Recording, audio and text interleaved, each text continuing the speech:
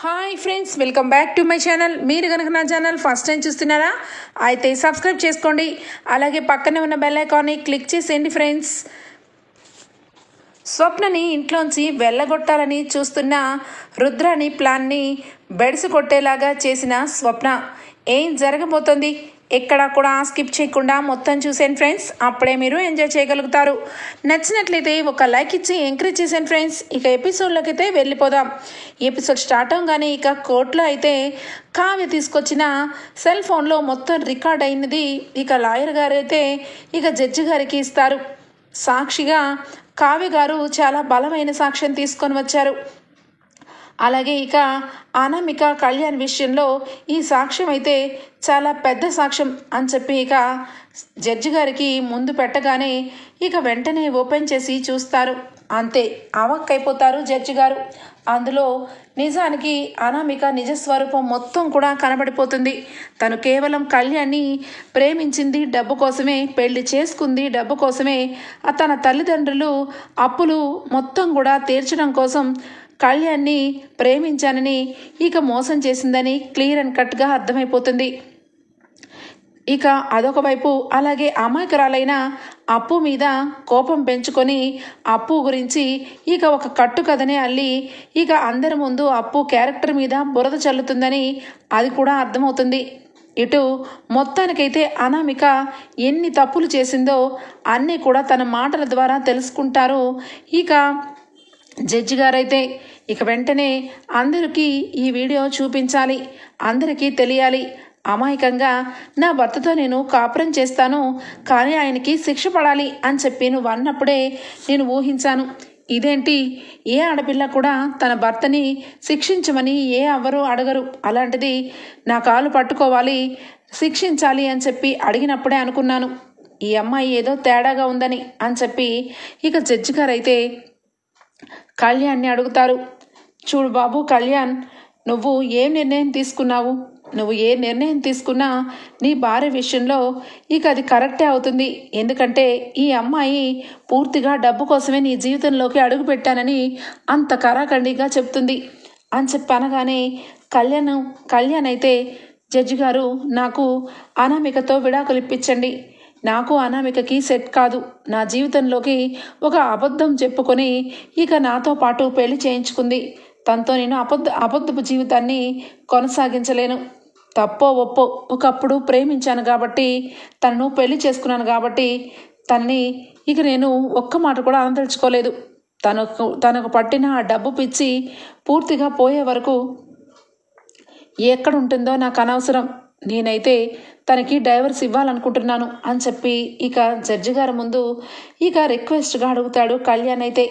ఇక వెంటనే జడ్జి గారు అయితే చెప్తారు, చూడు బాబు, నువ్వు అనుకున్నట్టు నీ భార్యకి విడాకులు వెంటనే మంజూరు చేస్తాను. ఎందుకంటే మీ ఇద్దరి విషయంలో ఇంకా ఎక్కువ రోజులు కూడా ఇది లాగకూడదు. ఎందుకంటే తన మెంటాలిటీ చూస్తుంటే నాకే అనిపిస్తుంది తను ఎంతసేపు ఇక ఆవేశపడుతూ నిన్ను ఎంత టార్చర్ పెట్టిందో అర్థమైపోతుంది అని చెప్పి ఇక డైవర్స్ని అయితే జడ్జి గారైతే రాసిస్తారు. ఇక ఇద్దరికీ కూడా 1 monthలో డైవర్స్ వచ్చేస్తాయి అని చెప్పేసరికి అనామికకి ఇక సౌండ్ ఆఫ్ అయిపోతుంది. ఇక వెంటనే ఏం చేయాలో అర్థం కాని పరిస్థితి. ఇక జడ్జి గారు అయితే తీర్పునిచ్చేసి వెళ్ళిపోతారు. ఇక అందరూ బయటికి వస్తూ ఉంటారు. రాజ్, కావ్య ఇక నడుచుకుంటూ వస్తూ ఉంటే, ఏంటి కళావతి, ఏంటి ఇంత గొప్పగా అసలు నువ్వు సాక్ష్యాన్ని ఎలా పట్టావు అనగానే, మరి ఏమనుకుంటున్నారు, మీరు అన్నారు కదా అనామిక దగ్గరికి రమ్మంటే నేను రాను, ఇక నువ్వే వెళ్ళు అని అన్నారు కదా, అందుకే వెళ్ళాను అనగానే, అదేంటి కళావతి, ఒకవేళ నీకు అక్కడైనా నువ్వు గొడవకు వచ్చావని ఏదైనా చేసుంటే అనగానే, అందుకే కదా ఇక నేను ఫోన్లో రికార్డ్ చేసుకుంది, నేను గొడవకు వస్తున్నట్టు తను సృష్టిస్తుందేమోనని నేను తెలివిగా సెల్ ఫోన్ ఆన్ చేస్తే తనేమో పూర్తిగా తన మనసులో ఉన్న మాటలన్నీ చెప్పింది. మీతో ఏమో ఇక నిన్నటి వరకు అనామిక అలాగే కళ్యాణ్ కలిసి కాపురం చేస్తే బాగుండని ఎన్నోసార్లు అన్నాను, కానీ ఎప్పుడైతే అనామికతో డైరెక్ట్గా మాట్లాడానో అప్పుడే నాకు ఆశయం వేసింది. అనామిక కవిగారికి సరికాదని, నేను వాళ్ళిద్దరికీ పెళ్లి జరిపించి చాలా తప్పు చేశానని. అందుకే ఇక కోర్టుకి ఈ సాక్ష్యాన్ని తీసుకొని వచ్చాను. ఇక ఎవరికి చెప్పకుండా లాస్ట్ అండ్ ఫైనల్లో ఇప్పుడే ఇక జడ్జి గారికి ఇచ్చాను, లాయర్కి ఇచ్చాను. ఎందుకంటే ఈ విషయం కానీ బయటకు వస్తే ఖచ్చితంగా ఏదో విధంగా చేసి అనామిక దానికి సంబంధించిన ఐడియా ఏదో ఒకటి వేస్తుందని చివరి వరకు ఎవరికి చెప్పలేదండి అని చెప్పి రాజ్తో ఇక కావ్య మాట్లాడుకుంటూ బయటకు వస్తూ ఉంటుంది. కళ్యాణ్ అయితే ఇక మొహంలో చాలా సంతోషం. ధాన్యలక్ష్మి వెంటనే కూడా కళ్యాణ్ రాకన్నా అని చెప్పి దగ్గరకు తీసుకుంటుంది. ఇక మరొక వైపు అప్పు అలాగే కృష్ణమూర్తి కనకం కూడా నడుచుకుంటూ వస్తూ ఉంటే అనామిక ఒక్కసారిగా పరుగున వచ్చి, ఏయ్ కావ్య, ఎక్కడికి వెళ్తున్నావే? నన్ను అందరి ముందు దోషిలాగా నించోపెడతావా? నన్ను నా భర్తని విడదీస్తావా? నిన్ను మాత్రం వదలనే అని చెప్పి అంటూ ఉంటే ఇక ఒక్కసారిగా కళ్యాణ్ అయితే, ఏంటి తెగ రెచ్చిపోతున్నావు అని చెప్పి చంప పగలు కొడతాడు అందరి ముందు. నన్నే కొడతావా అనగానే, కొడతానా ఇంకా ఏమన్నా? ఇది కోర్టు కాబట్టి సరిపోయింది, లేకపోతానా? ఎన్నాళ్ళు నువ్వు ఎన్ని మాటలన్నా తెలుసో తెలియకో మాట్లాడుతుంది. ఎంతైనా నన్ను ప్రేమించి నన్ను పెళ్లి చేసుకుని ఇంటికి వచ్చిందని నీ మీద గౌరవం ఉండేది.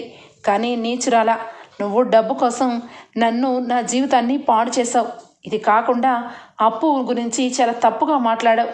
అందుకే మా వదిన చాలా కరెక్ట్గా నిన్ను ఇరికించింది అని చెప్పి మా వదిన గురించి ఒక్క మాట నోరు చారావన్నా నీ చెంపలు 2 పగల కొడతా, జాగ్రత్త అని చెప్పి ఇక కళ్యాణ్ గట్టిగా వార్నింగ్ ఇస్తాడు. ఇక వెంటనే అక్కడే ఉన్న అనామిక తల్లిదండ్రులు, చూడు బాబు కళ్యాణ్, తెలుసో తెలియకో ఏదో తప్పు చేసింది నా కూతురు చేసిన తప్పుకి నేను క్షమాపణ అడుగుతాను. నా కూతురికి విడాకులు ఇవ్వద్దు. నిన్ను ఎంతైనా డబ్బు కోసం కాకపోయినా నిన్ను మనస్ఫూర్తిగా ప్రేమించింది. ఆ ప్రేమని ఒక్కసారి అర్థం చేసుకో అని చెప్పి అంటూ ఉంటుంది అనామిక తల్లి. వెంటనే ఇక ధాన్యలక్ష్మి, మీకు ఒక నమస్కారం, మీ కుటుంబంకో నమస్కారం. తెలుసో తెలియకో నా కొడుకు నీ కూతుర్ని ప్రేమించానంటే ఇక వాడికి ఇష్టానుసారంగా పెళ్లి చేశాను. కానీ ఇప్పుడు మళ్ళీ నీ కూతుర్ని ఇంటికి తీసుకొని కోరి బురదను తీసుకెళ్ళి ఇంట్లో పెట్టుకోమంటావా? నీ కూతుర్ని మర్యాదగా ఇక్కడి నుంచి తీసుకొని వెళ్ళు. నా కోపానికి ఇంకా బలికానివ్వద్దు. ఎందుకంటే చాలా వరకు సహనంగా ఓర్పుగా మేమున్నాం. ఇప్పుడు గనక మా ఎదురుగా ఉంటే ఏం చేస్తామో మాకే తెలీదు. తీసుకుని వెళ్ళు నీ కూతుర్ని అని చెప్పి ధాన్యలక్ష్మి గట్టిగా మాట్లాడుతుంది. ఇక ఒక్కసారిగా అనామిక అయితే, ఏంటి తెగ రెచ్చిపోతున్నావు? నువ్వు కూడా మాట్లాడుతున్నావా? అయినా నేను ఊరికినే మిమ్మల్ని ఎందుకు వదులుతాను? నాకు డైవర్స్ ఇచ్చి సంతోషంగా చేతులు తుడిచేసుకొని ఇక హ్యాపీగా దాంతో సెటిల్ అయిపోదాం అనుకుంటున్నావేమో. ఎట్టి పరిస్థితుల్లోనూ జరగనివ్వను. నేను భరణం కింద నీ తరపు నుంచి నీ ఆస్తిని రాయించుకుంటాను. మీరందరినీ రోడ్డు మీదకి లాగుతాను అని చెప్పి ఇక గట్టిగా మాట్లాడుతూ ఉంటుంది అనామిక. ఇక వెంటనే అక్కడికి మహిళా మండలి సభ్యురాలు వస్తుంది. ఏయ్ అని పెట్టి గట్టిగా పిలుస్తుంది. ఒక్కసారిగా వెనక్కి తిరిగి చూస్తుంది అనామిక. ఏంటి నీ దౌర్జన్యం? ఇందాకడి నుంచి చూస్తున్నాను, నోటికొచ్చినంత మాట్లాడుతున్నావు. కోర్టులో కూడా నీ గురించి ఇంత వరకు ఏమీ తెలియక మంచిదానివేమో అని చెప్పి సహాయం చెయ్యాలని అందరి ముందు అనవసరంగా దుగ్గరాల కుటుంబాన్ని బోల్డన్ని మాటలతో వాళ్ళని మనసు బాధ పెట్టాము. నీ మాట విని ఇప్పుడు వాళ్ళ మీదకి వెళ్ళి వాళ్ళ ఆస్తినే నువ్వు కాజేయాలని ప్లాన్ చేసి వార్నింగ్ ఇస్తావా? అసలు నువ్వెంత, నీ బతుకెంత? దుగ్గిరాల కుటుంబం అంటే ఒక దేవాలయం లాంటిది. అందులోకి అడుగు పెట్టడం అంటే అది చాలా గగనం. అలాంటిది నీకు ఏదో ఎక్కడో సుడి ఉండి ఆ ఇంట్లో అడుగు పెట్టావు. కానీ నువ్వు నీకు ఉన్న పొగరికి, నీకున్న అహంకారానికి నీ వేలుతో నువ్వే పొడుచుకున్నావు. ఇప్పుడు కళ్యాణ్ని, కావ్య గారిని ఎందుకు బెదిరిస్తున్నావు?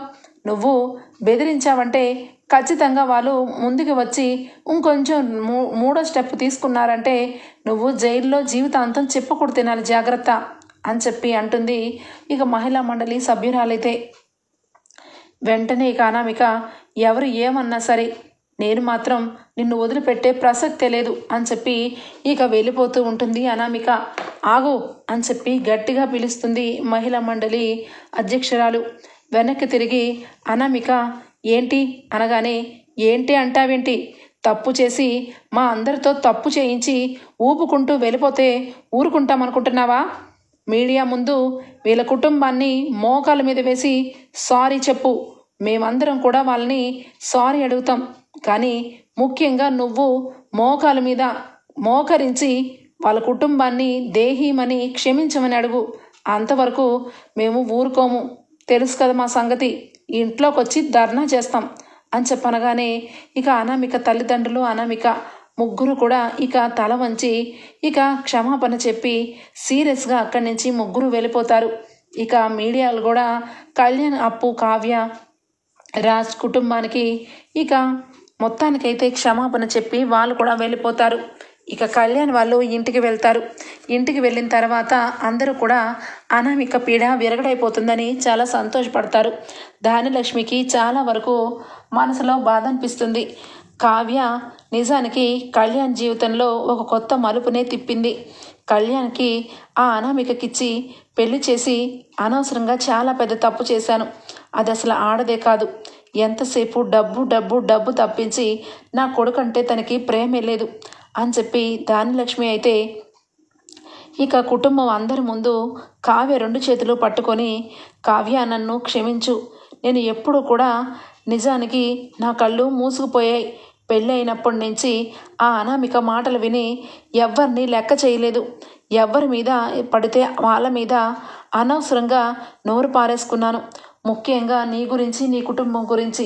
నన్ను క్షమిస్తావు కదా కావ్య? నువ్వు నేను ఇదివరకు మాదిరిలాగే అమ్మ కూతురులాగా ఉండాలి. నేను కోరుకునేది నిన్నే. నువ్వు చాలా మంచిదానివి. నీకు ఎంతమంది ఎన్ని మాటలన్నా, ఎంత చెడ్డ చేసినా నువ్వు అవతల వాళ్ళకి మంచి చేస్తావు. అందుకే దేవుడు నిన్ను ఇంత మంచిగా చూస్తున్నాడు అని చెప్పి 2 చేతులు పట్టుకొని అందరి ముందు క్షమాపణ కోరుతుంది ధాన్యలక్ష్మి. ఇక వెంటనే లేవండి చిన్నత్తయ్య, ఏం మాట్లాడుతున్నారు? మీరు కూడా మీరేమీ నన్ను బాధ పెట్టలేదు. ఆ అనామిక మూలంగా మీరు మీ మనసుని మార్చుకోవాల్సి వచ్చినట్టు చేసింది ఆ అనామిక అని చెప్పి ఇక చాలా సింపుల్గా ఇక కావ్య అయితే అంటుంది. ఇక వెంటనే ఇంట్లో అందరూ కూడా కళ్యాణ్ రాకతో మొత్తానికైతే దుగ్గిరాల కుటుంబం చాలా సంతోషంగా ఉంటుంది. ఈ ఆనంద సమయంలో రాజ్ అయితే కళావతి మూలంగా నిజానికి మా ఇంటి గౌరవం మరి కాస్త పెరిగింది. దుగ్గిరాల కుటుంబంలో ఇక ఇప్పటి వరకు జరగని అన్ని విధాలుగా ఈ అనామిక పోలీస్ స్టేషన్ వరకు కుటుంబాన్ని తీసుకొని వెళ్ళింది, కోర్టు వరకు తీసుకొని వెళ్ళింది. కానీ నా కళావతి మాత్రం నేను ఎప్పుడు కూడా తనని కనీసం ఒక్కరోజు కూడా తనని దగ్గరకు తీసుకోలేదు. కానీ ఆ విషయం ఎవరికి చెప్పలేదు. అలా అని చెప్పి తనతో ప్రేమగా మాట్లాడలేదు. అది కూడా ఎవరికి చెప్పలేదు. ముఖ్యంగా తను ముసుగేసుకుని వచ్చిందని మమ్మీ తనని కోడలుగా యాక్సెప్టే చేయలేదు. అయినా కూడా మమ్మీ గురించి ఆలోచించి నిందని మోస్తూ ఇక బిడ్డ తల్లిని చెప్పి మా ఆయన కూడా ఇక తీసుకుని వచ్చి మమ్మీ ప్రాణాల్ని కాపాడింది. కళావతి దేవత. నిజానికి ఇన్ని రోజులు అసలు కళావతిని ఏ రకంగా దూరం పెట్టాను, నా కళ్ళకి ఏదో మాయ కమ్మేసింది అని చెప్పి ఇక వెంటనే వెళ్ళి కళావతికి నా మనసులో ఉన్న మాట చెప్పాలి అని చెప్పి రూమ్లోకి వచ్చేసరికి కావ్య ఇక చీరలు మడత పెడుతూ ఉంటుంది. ఇక ఇంతలో రాజు వచ్చి Kalavathi, I love you Kalavathi అని చెప్పి ఒక్కసారిగా ఎత్తుకొని ఇక మొత్తం తిప్పుతాడు. కళ్ళు తిరుగుతున్నాయండి, ఆపండి. ఏమండి, కళ్ళు తిరుగుతున్నాయి, ఆపండి అని చెప్పి కావ్య అంటుంది. ఇక వెంటనే కూడా కిందకి దింపుతాడు. దింపగానే ఏమైందండి, కళ్ళు తిరుగుతున్నాయి అనగానే ఇక వెంటనే రాజు అయితే కళావతి, నీకు నేను చాలా వరకు అన్ని విషయాల్లో బాధ పెట్టాను, నన్ను క్షమించు కళావతి అని చెప్పి అంటాడు. అదేంటండి, అదేం మాటలు, మీరెందుకు అలా అనుకుంటున్నారు అని చెప్పి కావ్య అనగానే లేదు, నిజానికి నిన్ను చాలా బాధ పెట్టాను. నిజానికి పెళ్ళైనప్పటి నుంచి సంవత్సర కాలం పాటు నువ్వు ఈ కుటుంబం వైపు నుంచి చాలా బాధలే పడ్డావు. కానీ ఈ కుటుంబం గురించి నువ్వు చాలా ప్రేమ పెంచుకొని ఈ కుటుంబం కోసం చాలా గ్రేట్గా చేశావు. ఈరోజు కోర్టులో నువ్వు అనామిక గురించి నిజాలు బయట పెట్టకపోయింటే ఇప్పటికీ దుగ్గిరాల కుటుంబం గురించి టీవీలో చాలా ఘోరంగా న్యూస్ వచ్చేది, కళ్యాణ్ జైలు పాలయ్యేవాడు అని చెప్పి బాధపడతాడు. ఇక రాజైతే ఏవండి, ఎట్టి పరిస్థితుల్లో అలా జరగదు, మంచి వాళ్ళకి మంచి జరుగుతుంది.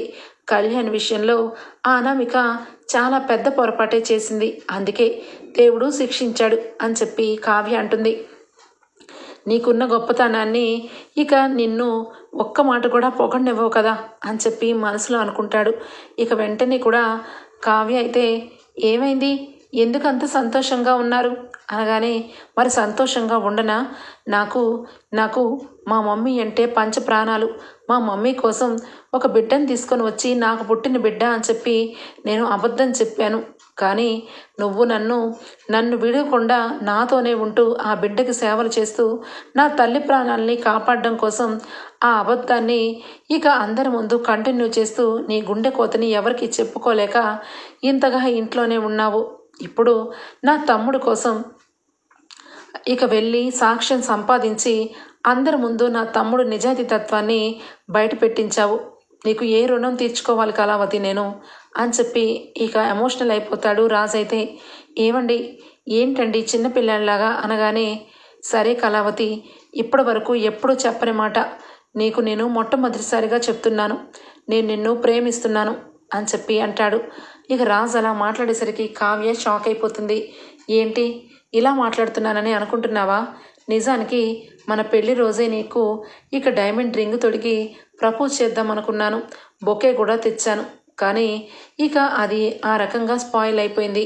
కానీ ఈ తర్వాత కూడా కళ్యాణ్ అలాగే అనామిక గొడవలు, పోలీస్ కేసులు, కోర్టు వరకు వెళ్ళేసరికి ఇక నేను చెప్పలేకపోయాను. కానీ ఈరోజు చెప్పాలి, చెప్పి తీరాలి. అందుకే నీకు నేను ఈ విషయం చెప్తున్నాను. నువ్వు నన్ను ప్రేమిస్తావా కళావతి అనగానే షాక్ అయిపోతుంది కావ్య. ఏం మాట్లాడండి, నేను మిమ్మల్ని ప్రేమించడం ఏంటండి? నేను మీ భార్యని అనగానే, అవును, సడన్గా నా జీవితంలోకి భార్యగా వచ్చావు, అందుకే అంటున్నాను. నిజంగా నువ్వు నన్ను ప్రేమిస్తున్నావా అని అనగానే, ఏం మాట్లాడండి, నేను ప్రేమించడం అంటూ జరిగితే మిమ్మల్ని తప్ప ఎవరిని ప్రేమిస్తాను? మీకోసమే నేను పుట్టానండి. అందుకే నాకు కూడా తెలియకుండా మీ చేత్తో తాళిబొట్టు కట్టించుకున్నాను అని చెప్పి కావ్య కూడా మాట్లాడుతూ ఉంటుంది. ఇక ఇద్దరు కూడా చాలా మంచిగా, ఇద్దరు చాలా క్లోజ్గా మాట్లాడుకుంటూ ఉంటారు. ఈ లోపల ఇక కాలింగ్ బెల్ మోగుతూ ఉంటుంది. ఇందిరాదేవి, సీతారామయ్య, అపర్ణ, సుభాష్ నలుగురు వస్తారు. ఏంటి ఇలాగే మాటలతో ఇక టైం అంతా కూడా వేస్ట్ చేస్తారా? లేదంటే మాకు మనవడినో మనవరాలను ఇచ్చే ప్రయత్నాలు ఏమన్నా ఉన్నాయా? ఏరా రాజ్ ఏంటి అని చెప్పి అంటుంది. ఇక అపర్ణ వెంటనే, మమ్మీ అది అని చెప్పనగానే, ఇంకా మమ్మీ ఏంట్రా, పెళ్ళై సంవత్సరం అయింది, ఈ పాటికి ఒక చంటి బిడ్డ ఏడుపు ఇంట్లో వినబడాలి. అలాంటిది ఇద్దరు కూడా ఇంకా కళ్ళల్లో కళ్ళు పెట్టుకొని చూసే సీన్ దగ్గరే ఉండిపోయారా? మర్యాదగా ఇద్దరు కూడా ఈ టికెట్లు తీసుకొని హనీమూన్ ట్రిప్ వెళ్ళి ఒక మంచి గుడ్ న్యూస్తో తిరిగి రావాలి. ఇదిగో కావ్య, అందరికీ జ్యూసులు అందించడం, కాఫీలు పెట్టడం, ఎవరికైనా ఏదైనా ప్రాబ్లం వస్తే ముందుకు వెళ్ళిపోవడం, ఇవన్నీ సెకండరీ. ముందు నువ్వు అలాగే నా కొడుకు మంచిగా హనీమూన్ ఎంజాయ్ చేసి ఒక గుడ్ న్యూస్తో రావాలి అని చెప్పి ఇక టికెట్లని చేతిలో పెడుతుంది. అపర్ణ ఆ రకంగా మాట్లాడేసరికి ఇందిరాదేవి, సుభాష్, సీతారామయ్య చాలా సంతోషిస్తారు.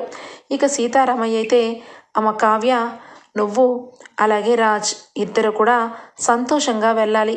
ఇక మీ ప్రయాణం 2 రోజుల్లోనే మీరు వెళ్ళి సంతోషమైన విషయంతో తిరిగి రావాలి అని చెప్పి చెప్పడంతో ఇక కావ్య, రాజులు ఇద్దరు మొత్తానికైతే హనీమూన్ వెళ్ళడానికి ఇక ఏర్పాట్లు జరుగుతూ ఉంటాయి. ఇక్కడ ఇలా ఉంటే రుద్రాణి అయితే రాహుల్తో మాట్లాడుతూ ఉంటుంది. ఏంట్రా రాహుల్, రోజు రోజుకి నీ పెళ్ళం నోటికి వచ్చినట్టుగా చిన్నంతరం పెద్దంతరం లేకుండా నన్ను ఎక్కడ పడితే అక్కడ ఎన్నో మాటలతో ఇక చాలా ఘోరంగా అవమానిస్తుందిరా. దీన్ని ఏం చెయ్యాలో అర్థం కావట్లేదు. ఇక ఆ అనామికతో కలిసి మొత్తానికి ఇంటి కుటుంబాన్ని ఇక పరువుని ప్రతిష్టని బయటికి లాగేద్దామంటే చివరాఖరికి అనామిక నిజస్వరూపం బయట పెట్టించేసింది ఆ కావ్య. ఇప్పుడేమో రాజ్ అలాగే కావ్య ఇద్దరు కూడా సంతోషంగా ఒక్కటైపోయారు. ఇక మా వదినేమో కావ్య మంచితనాన్ని అర్థం చేసుకొని ఇద్దరికీ స్వయంగా ఇక హనీమూన్నే పంపించేస్తుంది. ఇది కరెక్ట్ టైం రా అనగానే, ఏంటి మమ్మీ, ఏంటి కరెక్ట్ టైం అనగానే, నీ పెళ్ళాం గురించి మాట్లాడాలి, ఫస్ట్ డోర్ వేయి అని చెప్పనగానే, ఎందుకు మమ్మీ అనగానే, నోరు మూసుకొని డోర్ వేయరా, నీ పెళ్ళాంకి ఈ విషయం తెలియకూడదు అందుకే అనగానే ఇంకా డోర్ని క్లోజ్ చేస్తాడు. ఇదిగో నీ పెళ్ళానికి బాగా నోరు ఎక్కువైపోయింది, దాని పొగరు అణచాలంటే అది ఇంట్లో నుంచి పుట్టింటికి పోవాలి. పుట్టింటికి పోవాలి అంటే దాన్ని ఏం చెయ్యాలో నీకు నేను చెప్తాను. అదే పరంగా ఆ ట్యాబ్లెట్ తీసుకురా అనగానే, ఏ ట్యాబ్లెట్ మమ్మీ అనగానే, ఒరేయ్ ఏంట్రా ఇంత ఘోరంగా ఉన్నావేంట్రా, నువ్వు నా కడుపులో పుట్టినోడువేనా, వెళ్ళి ప్రెగ్నెంట్ పోయే ట్యాబ్లెట్స్ తీసుకొనిరా, అది జ్యూస్లో కలిపి నీ పెళ్ళాంకి తాగించిపోతున్నాను. ఈరోజు దానికి ఖచ్చితంగా ప్రెగ్నెంట్ పోవాలి. అదే కాదు, ఇక ఎప్పటికీ పిల్లలు పుట్టకుండా ఒక్కసారిగా దానికి యూట్రస్ కూడా తీసేయాలి. అలాంటి ట్యాబ్లెట్ తీసుకొనిరా అని చెప్పి అనగానే, మమ్మీ కానీ అనగానే, ఏంట్రా నీ పెళ్ళం మీద ప్రేమ పుట్టుకొచ్చిందా, నువ్వు ఒక రాజులాగా ఇక ఈ ఇంటికి ఒక వెలుగు వెలగాలి అనుకుంటే అది ఇంట్లో ఉండకూడదు. నీకు కోటీశ్వరుడైన అమ్మాయితో పెళ్లి చేపిస్తాను. నువ్వు కోటీశ్వరుడుగా ఇక హాయిగా కాలు మీద కాలేసుకొని జీవితాంతం సంతోషంగా ఉంటావు. పోతే పోయింది, నువ్వు ఇంకా ప్రేమ పెంచుకున్నావా ఏంటి కడుపుతో ఉందని అనగానే, లేదు మమ్మీ, నేనేం ప్రేమను పెంచుకోలేదు. నువ్వు చెప్పినట్టుగా దాని పేగడని విరగొట్టిచ్చేసుకుంటాను. సరే, ట్యాబ్లెట్లు తీసుకొని వస్తాను అని చెప్పి ఇక రాహుల్ అయితే ట్యాబ్లెట్స్ వెళ్ళి తీసుకొని వస్తాడు. ఇక వెంటనే రుద్రాణి అయితే ఇక జ్యూస్ తయారు చేస్తూ ఉంటుంది. జ్యూస్ తయారు చేస్తూ ఒక్కసారిగా ఇక ట్యాబ్లెట్స్కి వెళ్ళి రూమ్లోకి వెళ్ళి ఇక ట్యాబ్లెట్స్ ఓపెన్ చేసి, ఒరే రాహుల్, అక్కడ హాల్లో ఎవరైనా ఉన్నారా చూడు అనగానే, ఎవరు లేరు మమ్మీ అనగానే, ముఖ్యంగా కావ్య ఆ వంటగదిలో ఎక్కడైనా ఉందా అనగానే, లేదు మమ్మీ, ఎక్కడికో మార్కెట్కి వెళ్ళినట్టుంది. ఇక ఎందుకు అనగానే, అది ఉంటే పసిగట్టేస్తుంది అందుకే అని చెప్పి ఇక గబగబా ట్యాబ్లెట్స్ తీసుకొని ఇక దానికి ఉన్న ట్యాబ్లెట్ లోపల నుంచి కాగితాల్ని పైన టెర్రస్ మీద నుంచి కిందకి పడేస్తుంది. ఇక కిందకి పడేసిన తర్వాత ట్యాబ్లెట్స్లోకి వెళ్ళి ఆ ట్యాబ్లెట్స్ని ఇక జ్యూస్లో కలిపి రెడీ చేసి పెడుతుంది రుద్రాణి. ఇక కావ్య అప్పుడే మార్కెట్లోంచి ఇక కింద నుంచి నడుచుకుంటూ వస్తే కావ్యకి ఇక వెజిటబుల్ బుట్టలో పడుతుంది ఇక ఆ ట్యాబ్లెట్ కాగితం. ఇక వెంటనే కావ్య అయితే చూసుకోకుండా కిచెన్లోకి సరాసరి వస్తుంది. రావడంతో, ఏంటి ఇదంతా జ్యూసు, ఏంటి జ్యూస్ చేయడం కూడా రావట్లేదా ఈ మధ్య వీళ్ళ అత్తగారికి అని చెప్పి, ముందు ఈ కూరగాయలన్నీ కూడా ఫ్రిడ్జ్లో పెట్టేస్తాను అని చెప్పి ఇక వెజిటబుల్స్ అన్నీ తీస్తూ ఉంటే ఇక అందులో ట్యాబ్లెట్ వెనకాలకున్న కాగితం కనబడుతుంది. ఇదేంటి వెజిటబుల్స్లో ఇవి ఉన్నాయి అని చెప్పి చూసేసరికి ఇక ట్యాబ్లెట్ చూసి ఒక్కసారిగా షాక్ అయిపోతుంది కావ్య. ఇక వెంటనే ఆ ట్యాబ్లెట్ ఇక జ్యూస్లో ఎవరో కలిపి ఉంటారు, అందుకే ఇంత ఘోరంగా ఇక్కడ ఫాస్ట్గా తీసుకెళ్ళిపోవాల్సిన పరిస్థితి ఏర్పడింది, అందుకే ఇదంతా జ్యూస్ పడింది అని చెప్పి పరుగున వెళ్తుంది ఇక స్వప్న దగ్గరికి. ఆల్రెడీ ఇక రాహుల్ రుద్రాణి ఇద్దరు కూడా చాలా ప్రేమగా ఒలకబోస్తూ ఇక రాహుల్ అలాగే రుద్రాణి ఇక జ్యూస్ తీసుకొని వచ్చి ఇస్తారు. కావ్య స్వప్న అయితే, ఏంటి ఇద్దరు కూడా జ్యూస్ తీసుకొని వచ్చి ఇచ్చారు, ఒక్కరు వస్తే చాలు, మీ మొహాలు చూడాలంటేనే విసుగ్గా ఉంటుంది, అక్కడ పెట్టి తగలపెట్టి వెళ్ళండి, నేను కొంచెం సాంగ్స్ వింటున్నాను అనగానే, అదేంటి స్వప్న, నువ్వు రోజుకి నీకు నెలలు వస్తూ ఉన్నాయి, జ్యూస్ తాగేసి పాటలు విను, లేదంటే లోపల ఉన్న నా మనవడు ఆకలితో బాధపడతాడు అంటే, అవునా, అప్పో చాలా ప్రేమ వచ్చేసిందే మీ మనవడి మీద, అయినా మనవడని ఫిక్స్ అయిపోయావేంటి, మనవరాలని ఫిక్స్ అవ్వు, పెదవ మొహం వేసుకొని నీ కొడుకు లాంటి పోలికలతో పుడితే ఇంకంతే సంగతులు, సరే అని చెప్పి తాగబోతూ ఉంటుంది. ఇక ఈ లోపల రుద్రాణి పదర రాహుల్ అని చెప్పి ఫాస్ట్గా వెళ్ళిపోతారు. ఇక వెంటనే కావ్య వస్తుంది. కరెక్ట్గా స్వప్న తాగబోతూ ఉంటే ఒక్కసారిగా అక్క అని చెప్పి ఇక జ్యూస్ని ఒక్కసారిగా కిందకి నెట్టి పడేస్తుంది. ఏమైంది కావ్య, ఏమైంది అనగానే వెంటనే ఇక కావ్య చెప్తుంది, ఇదిగో ఈ ట్యాబ్లెట్ ఈ ఇంట్లో వాడకం జరిగింది, ఇది పైనుంచి కింద వెజిటబుల్ బుట్టలో పడడం నేను వంటగదిలోకి వెళ్ళి చూశాను, తీరా చూస్తే జ్యూస్ ఇక్కడ తయారు చేసినట్టు నాకు అనిపించింది, కేవలం ఈ జ్యూస్ తాగేది నువ్వే, జ్యూస్ చేసింది మీ అత్తే, కంపల్సరీ అందులో ఈ ట్యాబ్లెట్ కలిపింది స్వప్నక్క అని చెప్పి అనగడంతో స్వప్న ఒక్కసారిగా షాక్ అయిపోతుంది. నిజానికి దెయ్యానికి ఇంత పెద్ద వేదాంతం ఎలా వచ్చిందా అనుకున్నాను. నా మనవడు నా మనవరాలని చెప్పి తెగ ప్రేమ ఒలకపిచ్చింది, అందుకేనన్నమాట అనగానే ఆ ట్యాబ్లెట్ని ఒకసారి ఇవ్వు అని చెప్పి చూస్తుంది. ఇక గూగుల్లో కొట్టే చూసేసరికి ఏకంగా యూట్రస్కి సంబంధించిన అలాగే ప్రెగ్నెంట్ పోయి యూట్రస్ కూడా తీసేయాల్సినంత ప్రమాదమైన ట్యాబ్లెట్ అది. ఒక్కసారిగా స్వప్నకి అర్థమైపోతుంది దీని సంగతి ఇలా ఉందన్నమాట. దీన్ని ఇప్పటి వరకు ఏ రోజు కూడా డైరెక్ట్గా కొట్టలేదు. దీనికి కొట్టడం కాదు, దీన్ని ఏం చేసినా తప్పులేదు అక్క అని చెప్పి చెవులో చెప్తుంది. మరీ అంత వద్దులేవే అని కావ్య అంటుంది. ఏమి పర్వాలేదు, అది చేసిన దానికి ఇది చాలా సింపుల్ మ్యాటర్ అనగానే సరే అయితే అని చెప్పి కావ్య వెళ్ళిపోతుంది. స్వప్న హాల్లో యాక్టింగ్ మొదలు పెడుతుంది. జ్యూస్ తాగినట్టుగా చేసి హాల్లో కూర్చొని ఉంటుంది. పైనుంచి అబ్జర్వ్ చేస్తూ ఉంటారు తల్లి కొడుకులు ఇద్దరు కూడా. ఒరే రాహుల్, ఖచ్చితంగా ఈరోజు దానికి ప్రెగ్నెంట్ పోతుంది. చూడు, ఒక 10 నిమిషాల్లో నొప్పి స్టార్ట్ అవుతుంది. మనం ఇద్దరం ఎక్కడి నుండే చూద్దాం. వెంటనే అది నొప్పి ఎక్కువగా అనగానే మన ఇద్దరం కూడా చాలా ప్రేమగా ఉన్నట్టు నటించాలి. ముఖ్యంగా నేను తనని చాలా ప్రేమగా మాట్లాడతాను. ఏమీ చేయలేక హాస్పిటల్కి తీసుకొని వెళ్తాము. ఇంకొస్తా చెప్పాలి అంటే కొంచెం లేటుగానే వెళ్ళొచ్చు హాస్పిటల్కి, ఏమంటావు అనగానే ఇద్దరు హాయిఫై ఇచ్చుకుంటారు. వెంటనే స్వప్న అయితే వీళ్ళిద్దరూ హాయిఫై ఇచ్చుకుంటున్నారన్నమాట. సరే అయితే నీ సంగతి ఇలా ఉందా అని చెప్పి అనుకుంటూ అమ్మా నొప్పి అని చెప్పి సోఫాలో ఉన్న స్వప్న కింద కూర్చొని ఏడుపు వచ్చినట్టుగా నొప్పి వచ్చినట్టు స్టార్ట్ చేస్తుంది. వెంటనే కావ్య వచ్చి అక్క అక్క అనగానే ఆగు ఆగు అని చెప్పి అంటూ ఉంటుంది. ఈ లోపల దుగ్గిరాల కుటుంబం అందరూ వస్తారు. ఒరేయ్, మనం లేటుగా వెళ్తే డౌట్ వస్తుందిరా, పద నేను వెళ్ళి పరుగు పరిగిన స్వప్న అని చెప్పి ఏడ్చుకుంటూ వెళ్తాను. అస్సలు మన మీద అనుమానం రాకుండా యాక్టింగ్ చేయాలిరా అని చెప్పి రుద్రాణి అయితే రాహుల్ కంటే ముందు ఫాస్ట్గా పరుగు పెడుతుంది. మెట్ల దగ్గర ఒక్కసారిగా జక్కుమని జారిపోయి కింద పడుతుంది రుద్రాణి. వెంటనే కింద పడి అమ్మ నా కాలు అని చెప్పి బెనికిపోతుంది. ఒక్కసారిగా అందరూ కూడా ఏమైంది రుద్రాణి అని చెప్పి అంటూ ఉంటే వెంటనే హాస్పిటల్కి ఫోన్ చేయండి, మమ్మీ కాలుకి ఏదో జరిగింది అని చెప్పి రాహుల్ అంటూ ఉంటే ఈ లోపల ఏమైంది స్వప్న, నీకేమైంది అనగానే ఏమీ లేదు, ఇందాకే బనానా తిన్నాను, ఆ బనానా తిన్నాక ఎందుకో లోపల ఉన్న బిడ్డ కొట్టినట్టు అనిపించింది, అంతే నానమ్మ అమ్మమ్మ. అయినా మా అత్తకేంటి ఆ రకంగా నడ్డి విరిగినట్టుంది, ఏమైందత్తా అని చెప్పి అరటిపండు తొక్కని చూపిస్తుంది. ఒక్కసారిగా రుద్రాణి చాలా పెద్ద కళ్ళుతో చూస్తూ ఉంటుంది. ఫోన్ చేయండి, అంబులెన్స్కి ఫోన్ చేయండి అని చెప్పి రాహుల్ అయితే ఫోన్ని చూసుకుంటూ ఉంటాడు.